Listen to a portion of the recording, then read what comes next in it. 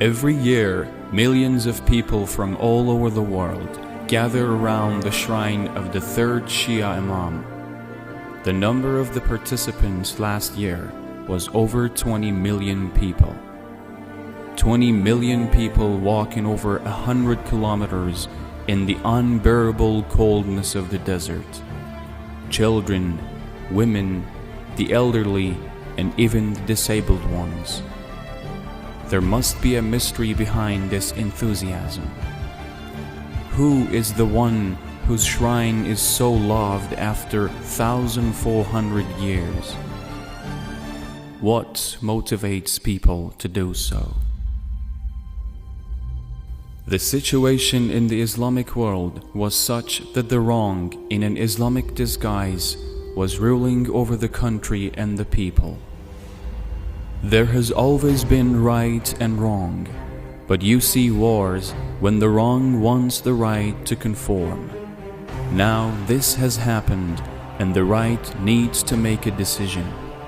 Hussein ibn Ali had only two options. The first was to turn a blind eye to the historical deviation like others and to ignore the wrong and conform to the distorted Islam.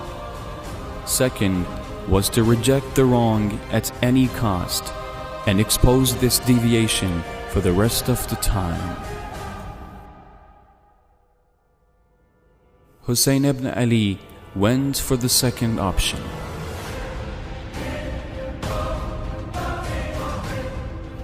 He takes his family with him. Therefore, a great sacrifice is on the way. The morning of the promised day, the wrong with hundreds of warriors stands in front of the right, with an army of less than 100. He and his followers sacrificed all they had to expose the brutality of the wrong Islam. From the moment that the war began, every second, the wrong Islam was exposed and the right Islam was revealed.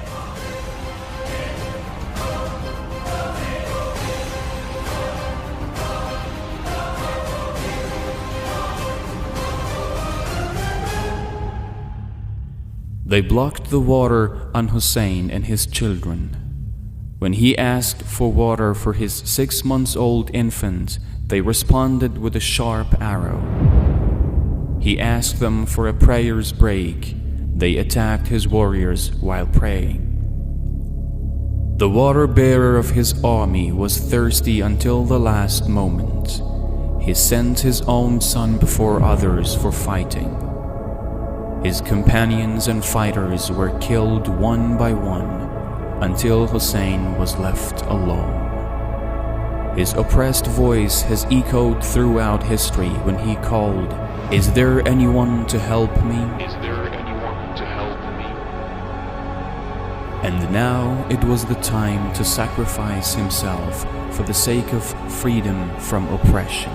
After him, calamities did not stop. They burned the tents and imprisoned the survivors.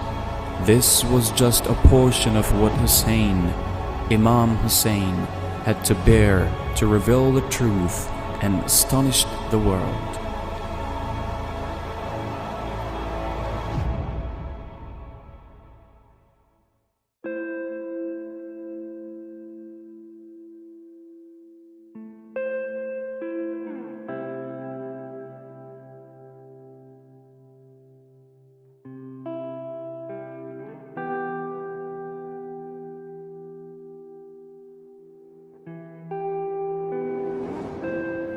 That is why every year a lot of people walk the long distance to Karbala with their children to mourn the 40th day of his martyrdom.